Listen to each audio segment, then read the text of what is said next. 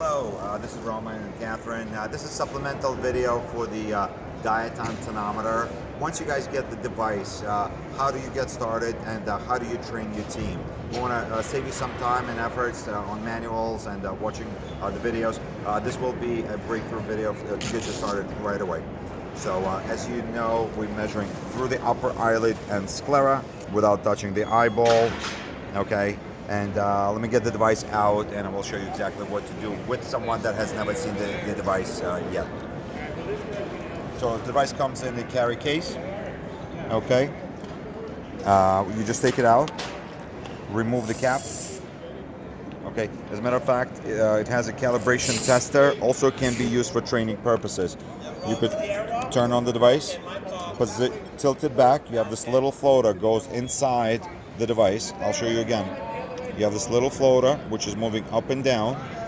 You tilt back, the floater goes inside the device and it fixates. If you notice, it's inside. Now you have a beeping signal. The device beeps. It helps you find a vertical position. It's a helpful signal for you. You position on the little two little indents and you take the measurement. Tilt back again for the floater to come inside. Test it. Tilt back again. Test it. Make sure you hold the device as a flute, not like a pen. Do not hold it. It's going to limit your positioning. Okay, you're not going to get good readings. Hold it as loose as possible. Tilt it back, come back to the vertical position. Okay, when you have someone that you're training, what you would do is show how to hold it. It's very important. Yet again, do not hold it like this because you're going to change the angle. It's not going to be working well. When you hold it with 3 fingers and a thumb on the other side, you're able to hold it properly. And this is the only movement that you need. Just a movement of the wrist. So when you're training someone new, make sure they know how to hold the device. Spread them out a little bit. You have 3 fingers on one side, a thumb on the other. Get rid of the pinky. So you show them that this is on, off, and average button. You actually help them show that once you tilt the device, the floater goes inside. Turn the device on. At which point you ask them to position on the once, tilt back again, twice. You have -2 as a sequence of readings, and we apologize for the announcements. We're actually at one of the conventions right now. We just had an amazing show. Thanks to everyone that are coming. Let us continue with the training session. So, turn it on, turn it back on, tilt back, and practice. Ask them to practice on their own finger once, and be consistent. Come back to that same spot. Come back, and vertical. The beeping sound will help you find a vertical position. Twice, tilt back again. You'd be able to rest the edge of your palm on a patient's forehead. 3. Okay. 4. So you want to make sure you're getting consistent reading. So you're taking 3 measurements, press the center, you get the average of the results. And continue taking those readings on your finger for a few times. This will get you that movement going. Okay. Now, with the patient, I would actually do a reading on one of them.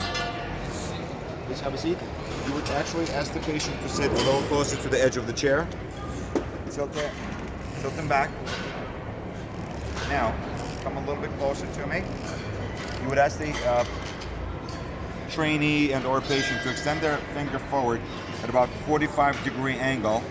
Okay? Reason being, you need to get that head as horizontal as possible. Look at the level of the head. This is no good. This is good. You want to be horizontal and device will be vertical. Horizontal and vertical. The thumb is to center patient's eye. Okay, don't just tell them to look at something on the wall or the ceiling. This allows you to move the eye a little closer, to move the eye up and down, side to side. The idea is to center that eye.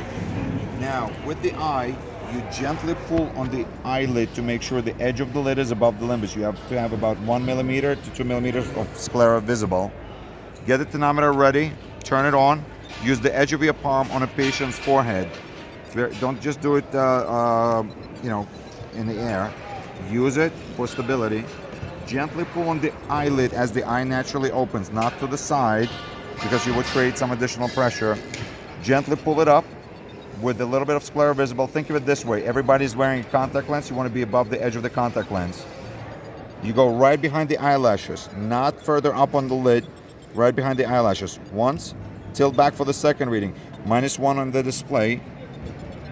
And 2. One thing you want to avoid doing, do not let lid slide onto the cornea. Okay, the corneal reading will be artificially low. Fix that lid and make sure the reading is done over the lid and the sclera, the white part of the eye. And 3.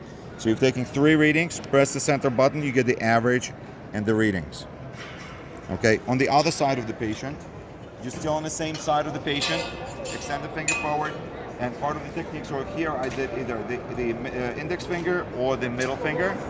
Here I go around patient's face and I use the thumb. Instead of going from here, that would limit my stability a little bit. So spread out, center that eye. Okay, center the eye. You see it? Now, gently pull on the lid with your thumb. Similarly, achieving the same effect, you want to make sure the edge of the lid is above the limbus. You have about 1 millimeter of sclera visible.